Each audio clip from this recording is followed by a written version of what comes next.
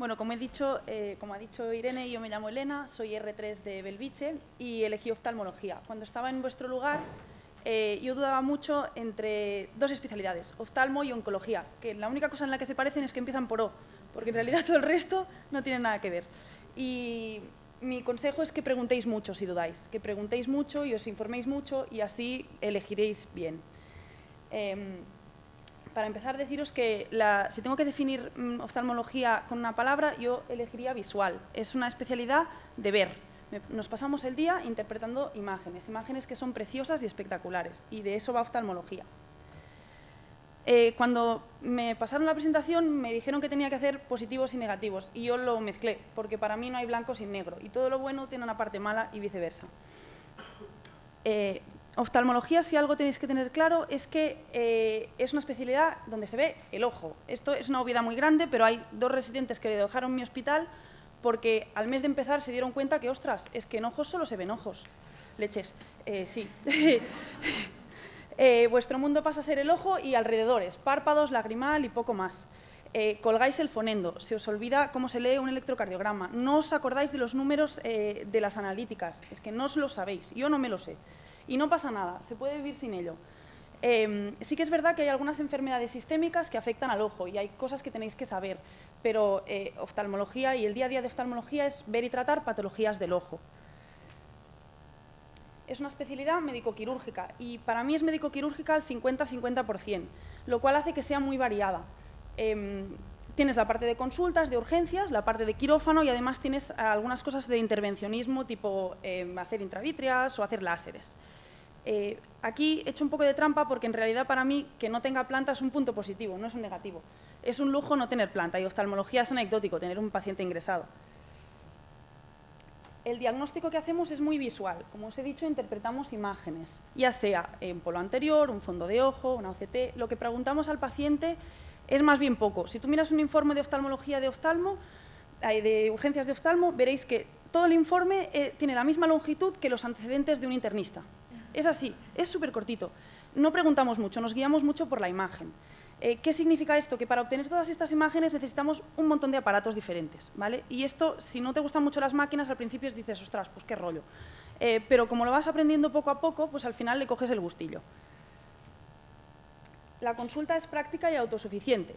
¿Qué quiero decir con esto? Pues te llega el paciente, tú le haces una anamnesis, como os he dicho, más bien cortita. Exploras al paciente, le tomas la aguja visual, te lo miras con la lámpara, le haces exploraciones que tú crees que necesita, por ejemplo, una OCT, un campo visual, diagnosticas al paciente y le das un tratamiento. Somos gente práctica.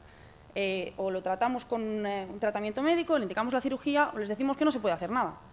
Y todo esto lo hacemos solos, es decir, no dependemos de nadie más para hacer todo esto. Esto es muy bueno, pero a la vez hace que sea una especialidad un poco solitaria, en el sentido de que nos mezclamos poco con otras especialidades. Bueno, tenemos algo de contacto con los neurólogos, con los internistas, pero poco, más bien poco. Las urgencias en oftalmología son un mundo aparte. De día son horribles, horribles, horribles. Un 20% de las urgencias que entran en mi hospital son de oftalmología. Esto es muchísimo. Esta es la cola que teníamos hace un par o 3 de semanas a las 4 de la tarde. 26 pacientes, sin parar de visitar, y teníamos 26 pacientes en cola. Eso es una burrada. Y además de estos 26, ya veréis que la gran mayoría que vienen por urgencias no son urgencias reales. Me explicaré. Lo habitual es que te entre una señora, una abuelita de 80 años y te diga que le pican, le molestan mucho los ojos, tiene sensación de arenilla, le pesan, y tú le dices, señora, ¿y esto desde cuándo hace que le pasa? 6 meses. Y tú, la madre que la trajo. 6 meses y ha decidido venir hoy a mi guardia. 6 meses, vale. Y le dices, bueno, le das 2 mensajes a la señora. Le dices, apoye la frente a la barbilla aquí y la frente aquí. Segundo mensaje, abra muy grandes los ojos. ¿Y la señora qué hace? Barbilla aquí, frente atrás, cierra los ojos con todas sus fuerzas y abre la boca. Genial. Y yo tengo un resi mayor que les ponía colirio en la boca cuando hacían eso. Yo no lo he hecho nunca, pero yo tengo un resi mayor que les hacía eso. ¿Qué quiero decir con eso? Que la colaboración a veces del paciente, pues, les cuesta un poquitín a veces y necesitamos que nos colaboren. Y de todo esto, tú visitas a la señora y al final haces el diagnóstico brillante de ojo seco. Genial. Y se ha estado la señora 3 horas en cola y no se ha fugado, porque los pacientes de oftalmología no se suelen fugar mucho. No sé por qué, no lo entiendo. Y vemos muchos personal casa. Si dermatología es la reina, bueno, seremos la princesa, porque es que, de verdad, vienen todos. Y eso, bueno, pues a veces carga un poco, la verdad. Sí que vemos cosas interesantes en las guardias, podemos ver una celulitis, podemos ver pues un melanoma, un perforado, vemos cositas, pero la gran mayoría de volumen es lo que os he contado. Cosas buenas de las urgencias, de noche se duerme mucho. Yo he llegado a dormir más en la guardia que en mi casa. O sea, es así. Y si llueve o juega el Barça, estáis salvados. No va a venir ni Dios, ya os podéis poner la serie porque es que vais a estar muy bien. La cirugía. Como os he dicho, dudé entre oncología y oftalmología. De hecho, yo no era muy quirúrgica de estudiante, no me gustaba nada la cirugía. Me parecía muy aburrido, porque claro, de estudiante en general tú estás ahí mirando, no ves nada, si lo que ves no lo entiendes, nadie te lo explica. No es lo mismo verlo que hacerlo. Operar es muy chulo, cuando te dejan hacerlo, ¿vale? Si os gustan las cosas manuales, seguramente os va a gustar la cirugía. Y si os gustan las cosas finitas, la cirugía de oftalmológica os va a encantar. Problemas. Bueno, es una cirugía que operas solo. Tú tienes tus dos manitas metidas dentro del ojo y el que está de ayudante está de jardinero, está regando la córnea, y ya está. Con lo cual, si se te complica algo, se te complica a ti. Y el paciente suele estar despierto, con lo cual se entera de todo lo que dices. Algunos hay sordos, con suerte, pero en general se entera. Y eso es un problema. Y la mayoría de las cirugías que hacemos son cataratas. ¿Qué pasa? La gente cuando se va a operar de una catarata espera que vaya bien. Cuando se complica, pues hay gente que no se lo toma del todo bien. Y eso, bueno, pues es una cosa a tener en cuenta. Nadie sabe de lo tuyo. Igual que tú te olvidas de toda la medicina en general, parece que toda la medicina en general se olvide de oftalmología. Porque tú te das cuenta que llegas a R2 y nadie sabe nada del ojo. Te preguntan cosas que a mí me parecían verdaderas burradas. Pero bueno, igual que yo no sé nada del resto, pues esto pasa. Y esto está muy bien, ¿no? Tiene su punto, saber de algo que nadie sabe. Problemas, para llegar ahí tiene una curva de aprendizaje. Y os he querido poner un ejemplo bastante visual. Si os abrís un informe de oftalmología, os daréis cuenta que parece chino, ¿vale? Esto de aquí son los antecedentes oftalmológicos, no me los he inventado, todo esto es real. ¿Qué pasa? Tú llegas de R1 y no entiendes los informes. Es que no los entiendes, porque somos gente práctica. Nosotros, si una cosa la puedes decir en 4 letras, ¿para qué vas a utilizar 4 palabras? No tiene ningún sentido. Y las cosas que creías que sabías, tampoco. RCP, para un oftalmólogo, no es reanimación cardiopulmonar, es rotura de cápsula posterior. Pues así son las cosas. Entonces, lo que os digo, un R1 de oftalmología, cuando llega, es igual de útil que una planta. Nada, o sea, no sabe leer informes, no sabe ver el fondo del ojo, el microscopio no se aclara, entre las manos y los pies no da pie con bola.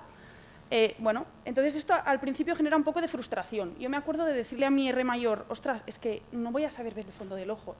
Y me decía, ¿cómo vas a ser la única oftalmóloga de todo el país que no vea un fondo de ojo? Digo, claro que vas a aprender, y aprendes, pero bueno, llegar allí al principio, pues, cuesta. Los pacientes no se te mueren, para mí es algo muy positivo. Yo no he visto nunca morirse a nadie, y esto es genial. Sí que es verdad que no salvamos vidas, con lo cual no es tan emocionante como una serie de House o una serie de Anatomía de Grey. Pues no, oftalmología no es así. Cosas a tener en cuenta, aunque no salvemos vidas, salvamos ojos. Y esto es muy importante, imaginaros vuestras vidas sin ver. Es que no tendría color, vamos. Y por último, la vida. ¿Cómo es la vida de adjunto versus la vida de residente? Bueno, de adjunto la vida es buena, hay salida laboral. No nos hacemos ricos, pero vivimos bien, ¿vale? Y tenemos tiempo, podemos tener vida privada. No hay guardias una vez eres adjunto. Eso está muy bien. De residente, bueno, depende de dónde hagas la residencia. Esta es una adjunta mía y al lado tenéis a la R2 de oftalmología, que es la novia de Sergi además, a las 3 de la mañana un día en la guardia. Y preguntarás, ostras, ¿y cómo tienes una foto de las 3 de la mañana de tu R2? Pues la fuimos a visitar un día, a las 3 de la mañana. La vida de residente, depende de dónde hagas la especialidad de oftalmología, es dura, ¿vale? Tienes poco tiempo y tienes que estudiar mucho, y esto lo tenéis que saber, o al menos preguntar al hospital donde, que os interesen para saber qué tipo de vida vais a llevar. Pues en el mío es mala, ¿vale? ¿Residencia en rotaciones? Bueno, no os he querido poner los meses que se hacen ni nada, porque esto es muy variable en función del hospital donde vayáis. Os he puesto aquí las subespecialidades, que ya veréis que son muchas: retina y vitrio, uveitis, glaucoma, córnea, bueno, un montón. A veces hacemos rotaciones externas y nosotros tenemos algunas rotaciones de urgencias de oftalmología. Fundamentos para elegir hospital. Bueno, para mí no existe un hospital perfecto. Todos los hospitales tienen defectos. Para mí el mío es el más mejor, pero a pesar de eso no es perfecto, pues tienes defectos. ¿Qué os diría yo? El tamaño importa. No es lo mismo un hospital grande que uno pequeño. En un hospital grande suele haber más presión asistencial, sueles tener que trabajar muchas más horas y esto a veces repercute un poco en la docencia. Yo iría a preguntar cómo está organizado el servicio, cuáles son las rotaciones. En mi servicio, por ejemplo, tenemos lo que llamamos un sistema piramidal, que es que el R4 y el R3 viven bien y el R2 es un pringao. Funciona así. Yo preguntaría también si se os permite hacer rotaciones externas en el extranjero, que también me parece importante. Como es una especialidad médico-quirúrgica, la parte quirúrgica también hay que preguntarla. Como oftalmólogos debéis salir de aquí, de la especialidad, sabiendo operar cataratas, y esto es lo básico. Y además, yo preguntaría si como residente te dejan tocar algo más. Hay hospitales donde solo te haces cataratas y hay otros donde te permiten hacer más cosas. El ambiente en el servicio es básico. Y yo separo adjuntos y residentes por un motivo, y es que los adjuntos, si tú tienes un adjunto que está en su pedestal y no baja para explicarte las cosas, no te sirve de nada, aunque sea el que publica más y el más mejor, no sirve de nada. Yo necesitaba que en mi hospital hubiera un adjunto, que bueno, los adjuntos fueran próximos, yo les pudiera preguntar sin miedo, ¿vale? Y para mí eso es importante. Y otra parte importante es que en los residentes haya muy buen rollo. Esto a veces no lo puedes saber, por eso mi consejo es que preguntéis todo lo que podáis y habléis con más de un residente, ¿vale? Y así a ver si tenéis feeling con ellos. Las guardias, ¿cuántas guardias haces al mes? Si las liberas o no, si estás solo acompañado, si podéis ir a congresos, si se hacen publicaciones en vuestro hospital, todo eso son cosas a tener en cuenta. Y por último, me pidieron que hiciera un ranking nacional, pero es que yo nunca me planteé salir de Barcelona, entonces claro, hacer un ranking nacional para coger los números de otros años, esto lo podéis mirar vosotros. Entonces os explicaré cuál fue mi razonamiento. Yo elegí queriendo quedarme en Barcelona, que dirás, ostras, Belvitge no está en Barcelona. No, pero llega el metro y ya salgo. Y hospital grande con guardias propias. Entonces, los 4 que me salieron fueron estos. Yo os aconsejaría que os hagáis una lista más larga que la mía. Yo, no sé, me dio por ahí, pero yo os aconsejo que la hagáis más larga. Los 2 top para mí eran Belvitge y Vallebrón, porque ahí era donde había más volumen de pacientes y donde se operaba más.